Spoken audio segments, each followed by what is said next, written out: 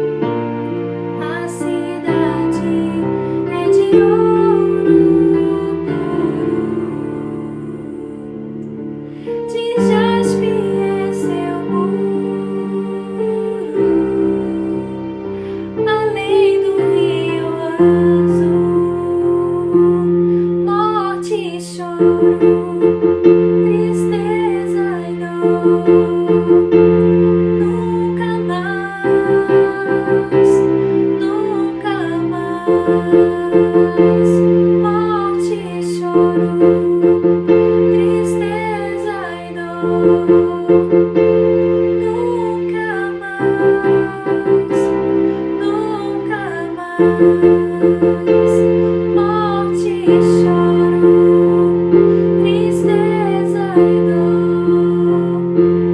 nunca mais, nunca mais, morte e choro, tristeza e dor, nunca mais, nunca mais, não haverá mais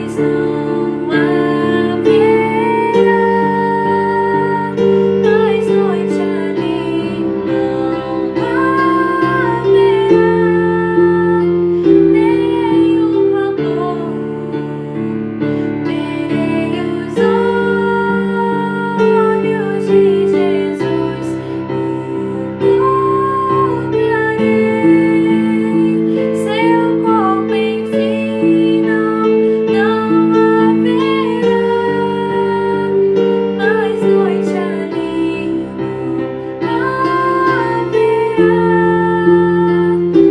nenhum clamor,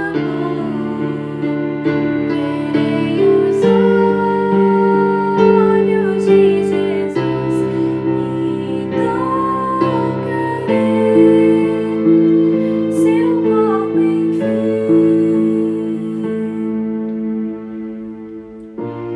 As nações andarão em sua luz e as portas jamais se fecharão.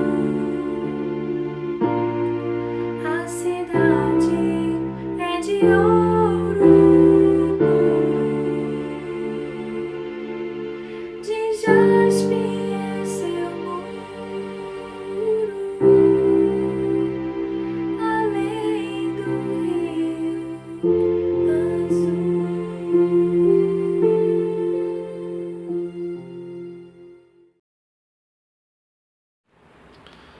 Olá, irmãos, a graça e a paz do Senhor seja com todos vocês.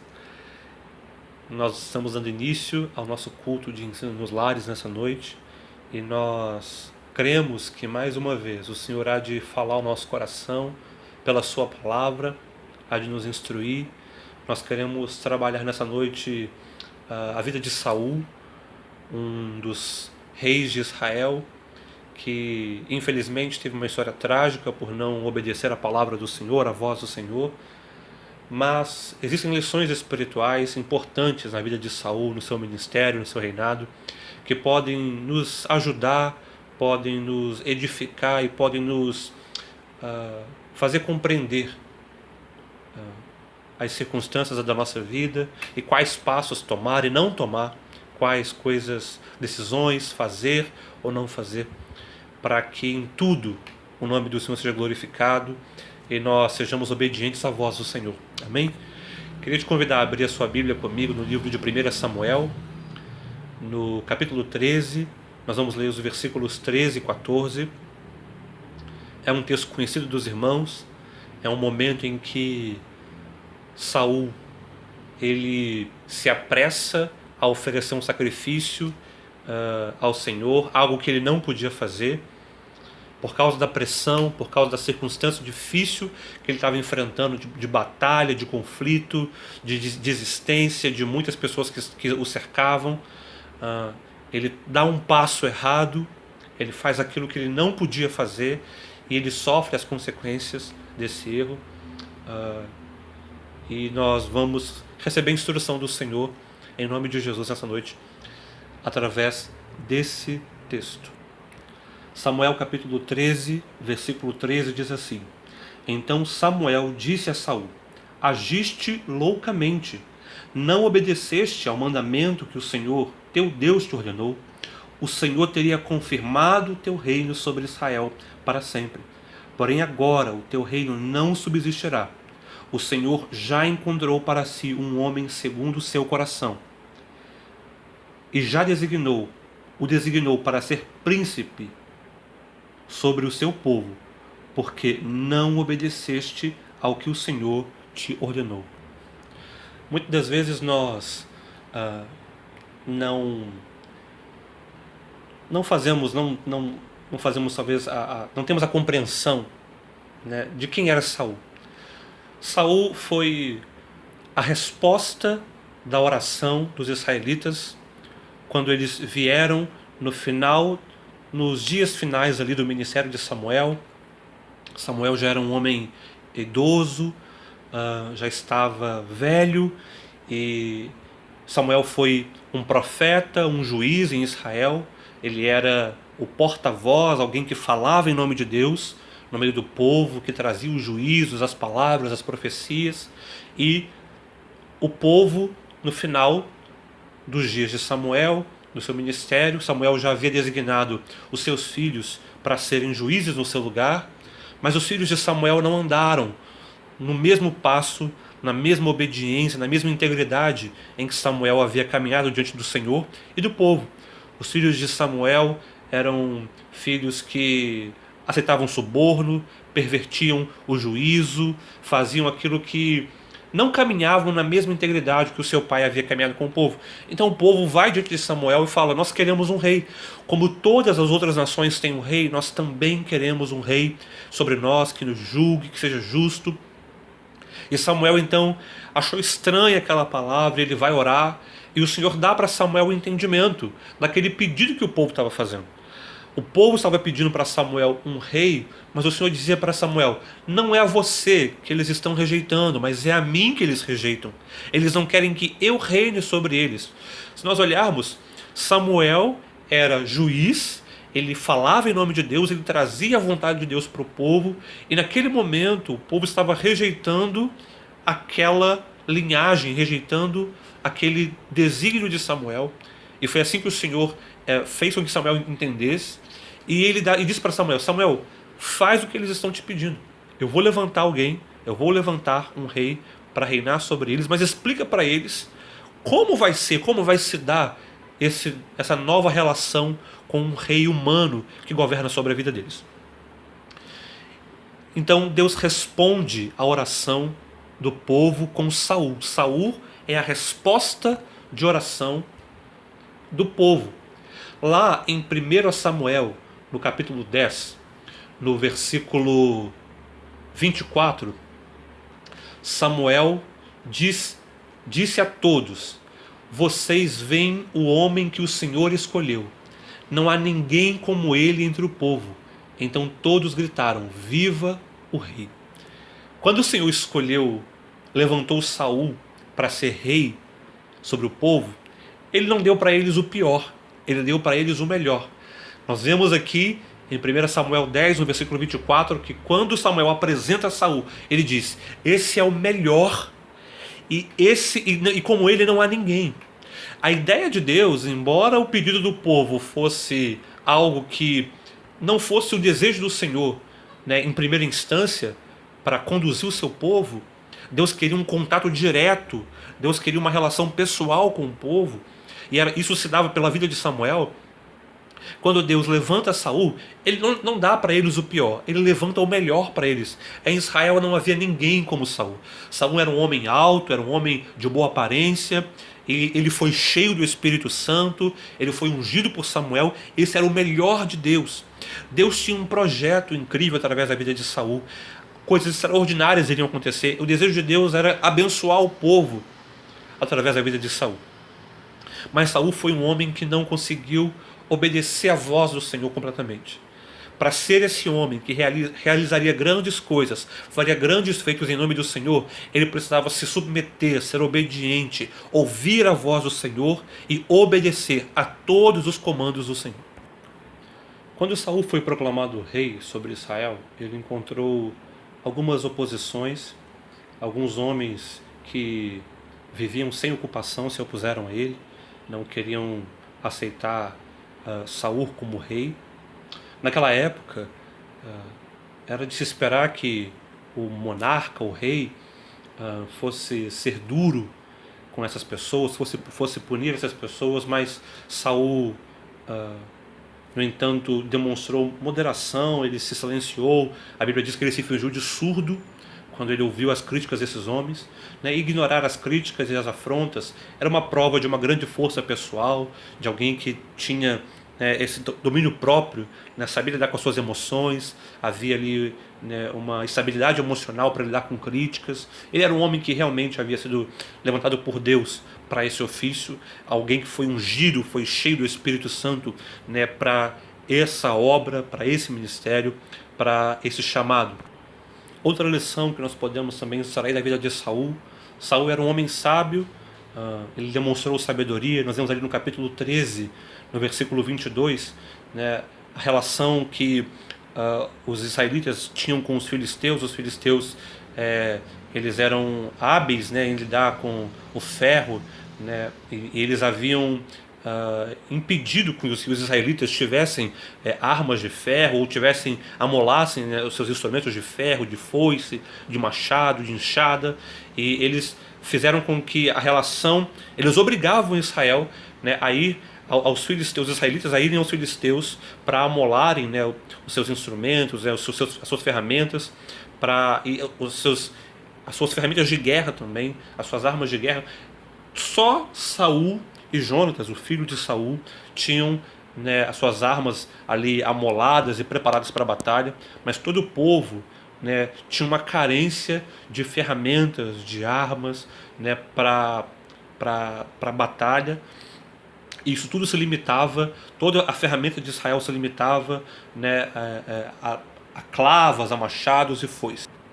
Saul também demonstrou sabedoria, né, e também se demonstrou um grande estrategista, né, quando ele, na batalha com os amonitas, né, pede para que o povo de Jabes de Gileade pediu para que o povo de Jabes de Gileade dissesse aos amonitas, né, que se entregariam, né, num dia seguinte, depois, né, que eles foram ameaçados, né, pelos amonitas. Ele pede para que então esses homens deem um recado, né, para os amonitas, mas ele planeja, né, isso tudo era um plano, né. Você pode dar uma olhada nisso no capítulo 11, no versículo 11, você vai ver ali a estratégia de Saul, né, para atacar de madrugada o exército dos amonitas, e por 3 lados, e dessa maneira ele enfraqueceu a força dos amonitas contra Israel, né. Foi uma estratégia certamente dada por Deus, né, quando os amonitas ameaçam Israel, ameaçam subjugar Israel, os homens de Jabes de Gileade, mais especificamente.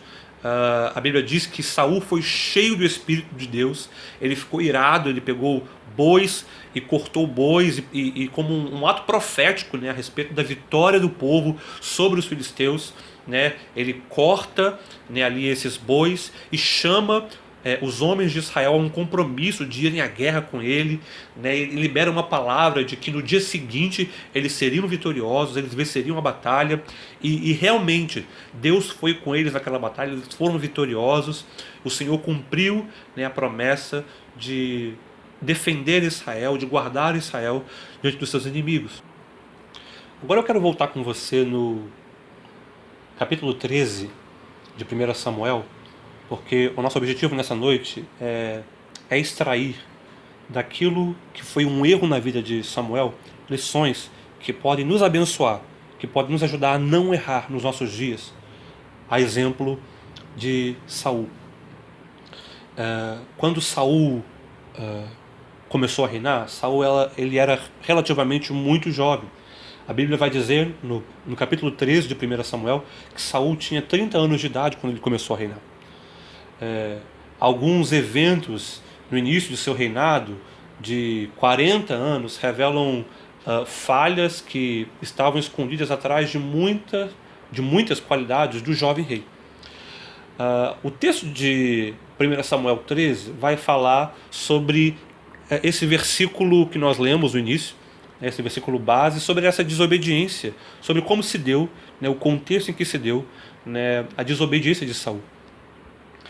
O filho de Saul, Jonatas, ele havia lutado contra os filisteus, contra um posto dos filisteus, né, e aquela situação gerou um clima, um caos, né, nessa estabilidade na relação entre os filisteus e os israelitas. Quando Saul soube disso, Saul mandou, né, informar que ele havia atacado os filisteus. Então todo Israel soube, né, desse ataque que houve contra os filisteus, e isso incomodou muito os filisteus. Quando os filisteus reagiram a esse ataque, reagiram a todo esse contexto, né, que abalou a relação entre essas duas nações, esses dois povos, a Bíblia vai dizer que todo o exército filisteu, um grande número de homens, vem contra Israel, e o povo então começou a temer e começou a fugir, começou a se esconder, a correr para as cavernas, né, a fugir por causa do perigo, por causa da ameaça dessa batalha. Ainda que Saul estivesse convocando o povo para a batalha, chamando os homens para virem lutar contra os filisteus, o povo começou a se esconder, o povo começou a fugir, e toda essa situação colocou Saul num lugar de muita pressão, num lugar de extremo conflito e ansiedade. E havia uma palavra, né, havia um combinado, algo que ele e Samuel haviam decidido, era que depois de um certo tempo Samuel iria se encontrar com ele para sacrificar e buscarem o Senhor. Mas Saul já estava naquela pressão da batalha, estava todo amedrontado, porque o povo também fugia. Ele não tinha ainda uma direção do Senhor, se o Senhor iria dar vitória ao povo nessa batalha, se o Senhor ia com ele ou não. E Samuel não havia chegado, já estavam terminando ali os dias, o prazo para Samuel chegar, e Samuel não chegava. Então Saul toma uma decisão, ele mesmo, sem esse chamado, sem essa direção para oferecer sacrifício, porque esse era o chamado do profeta naquele tempo. Saul então se apressa e oferece sacrifício ao Senhor. E quando Saul acaba de oferecer um sacrifício, Samuel chega, e Samuel faz a pergunta para ele do que foi que ele fez. E nós vimos nos versículos 13 e 14 que Samuel repreende Saul.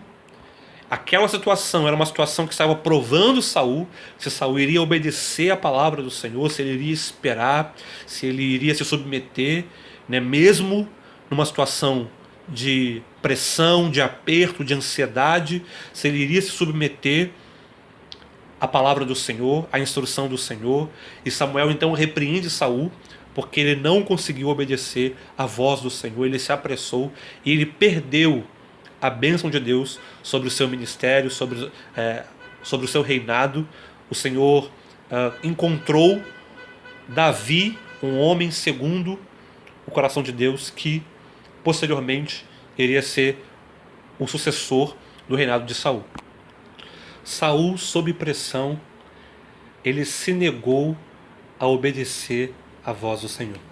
Nós nunca vamos saber ao certo quais foram os pensamentos de Saul, mas nós sabemos agora a natureza da sua falha. Sob pressão, ele foi incapaz de confiar em Deus. Ele era incapaz de esperar.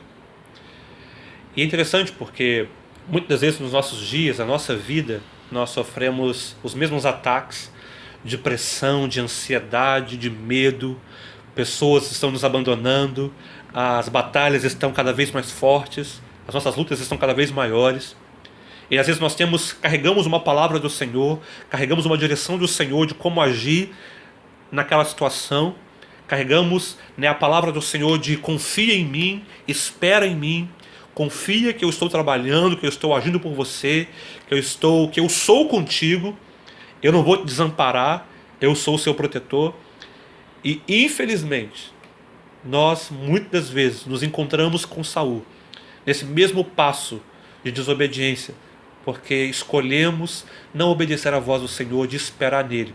Agimos com as nossas próprias forças, damos passos que não foram os passos que o Senhor nos orientou a dar, fazemos aquilo que o Senhor não nos disse que era para fazer, e caímos nos mesmos erros que Saul cometeu.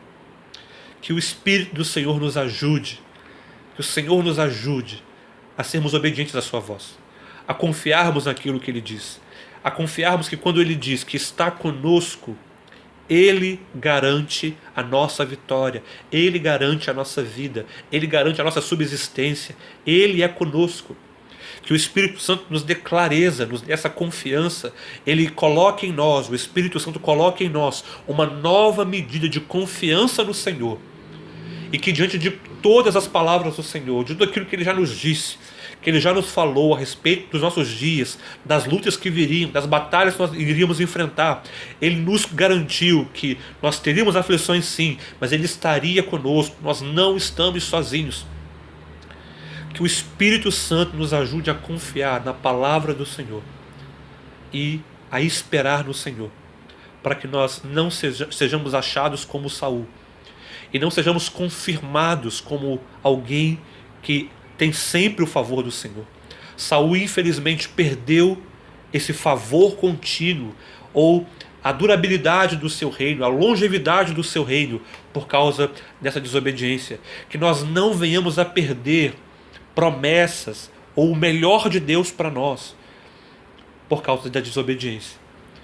A Bíblia vai nos falar no Salmo 130, no versículo 7: espera Israel no Senhor, porque no Senhor há misericórdia e nele há abundante redenção.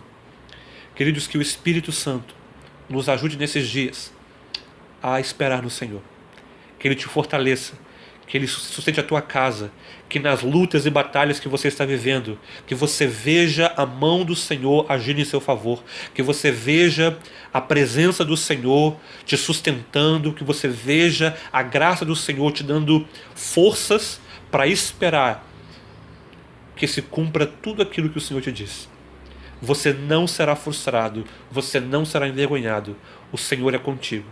Que o Senhor te abençoe, abençoe a sua casa, abençoe toda a sua família, que no meio de toda essa luta, de todas as dificuldades, você consiga esperar no Senhor e ver a grande salvação, o grande livramento que Ele nos dá. Que o Senhor te abençoe e te guarde em nome de Jesus. Amém. Aleluia, glórias ao nosso Deus. Muito bom estar na presença do Senhor, ter a oportunidade de receber o ensino dessa noite, a ministração da palavra de Deus com aplicação para as nossas vidas nesse dia e contar com a participação dos nossos jovens, o futuro da Igreja Evangélica Brasileira. Deus já abençoou a sua casa, livrou a sua família, guardou a sua parentela, cuidou dos seus filhos, tem cuidado da sua saúde, tem guardado você debaixo das tuas mãos poderosas. Então, queremos agradecer a Deus por essa oportunidade nessa noite. Então, queremos fazer essa oração, finalizando o ensino e clamando ao Senhor pela recuperação daqueles que encontram-se enfermos. Vamos orar então, agradecer a Deus. Pai, em nome de Jesus Cristo, teu Filho amado. Senhor, somos gratos a Ti por essa oportunidade que Tu nos concedeu. Te agradeço pela vida da Marcele, te agradeço pela vida da Débora, te agradeço pela vida do Isaac. Jovens, sempre prontos, Senhor, a terem a Tua palavra como prioridade, Deus, a estarem servindo a Tua igreja, Senhor. Muito obrigado às famílias, aos lares que receberam o ensino, a mensagem dessa noite. Queremos colocar diante de Ti também, Senhor, nesse momento, todos os enfermos, Senhor. Aqueles que foram, aqueles que estão acometidos aí por essa doença, Senhor, difícil, Senhor, que assola a humanidade aí há um ano, meu Pai. Em nome de Jesus Cristo eu te peço, Senhor. Guarda, Deus, a vida daqueles que estão no hospital, entubados, Senhor, aqueles que estão com muita dificuldade de respiração. Deus, em nome de Jesus, toca no pulmão, toca, Senhor, no aparelho respiratório. Pai, em nome de Jesus, levanta esse homem, essa mulher, Deus, que ele possa voltar para casa com saúde. Deus, aqueles que estão tomando medicação, que estão em casa, que estão, Senhor, isolados, sem poder sair para trabalhar, sem se comunicar com seus familiares. Visita, Deus, esses jovens, esses homens, essas mulheres, Senhor, essas pessoas. Senhor, guarda as famílias, Senhor. Te peço, Deus, por cada uma das famílias, em especial as famílias da Assembleia de Deus em Caraí. Te agradeço, Deus, pela vida dos meus irmãos. Agradeço, Deus, porque Tu és um Deus de promessa e Tu tem guardado a vida dos meus irmãos, Senhor. Muito obrigado, meu Pai. Em nome de Jesus eu te peço, Senhor. Guarda o Teu povo, continua com as Tuas mãos estendidas, Senhor. Guarda a saúde, Senhor. A saúde física, a saúde espiritual e a saúde financeira, Pai, da Tua igreja e dos membros da Assembleia de Deus em Caraí. Deus, te pedimos por cada um dos pastores, ministérios, Senhor, e obreiros, Senhor. Deus, aonde tiver um homem de Deus ou uma mulher de Deus, não importa a nação, o local, a língua, Deus, em nome de Jesus Cristo eu te peço, Senhor, fortalece a vida deste homem e desta mulher. Em nome de Jesus, oramos a Ti também pelos governantes do nosso país, do nosso estado e da nossa cidade. Deus, guarda a nossa vida, livra do mal, Senhor, principalmente aqueles, Senhor, que têm que sair para trabalhar, contato com outras pessoas, guarda a saúde, Senhor, física dessas pessoas, Senhor, e principalmente desse vírus, Senhor. Em nome de Jesus, te agradeço pela vida de cada um dos médicos e enfermeiros que bravamente, Senhor, heroicamente, Senhor, tem lutado, trabalhado, dedicado dia e noite, Senhor, a esse trabalho, Deus, de preservar as vidas. Muito obrigado, é que eu oro, te agradecemos em nome de Jesus Cristo. Que o grande amor de Deus, que a graça do nosso Senhor e Salvador Jesus Cristo e que as consolações do Espírito Santo de Deus seja com cada um de nós.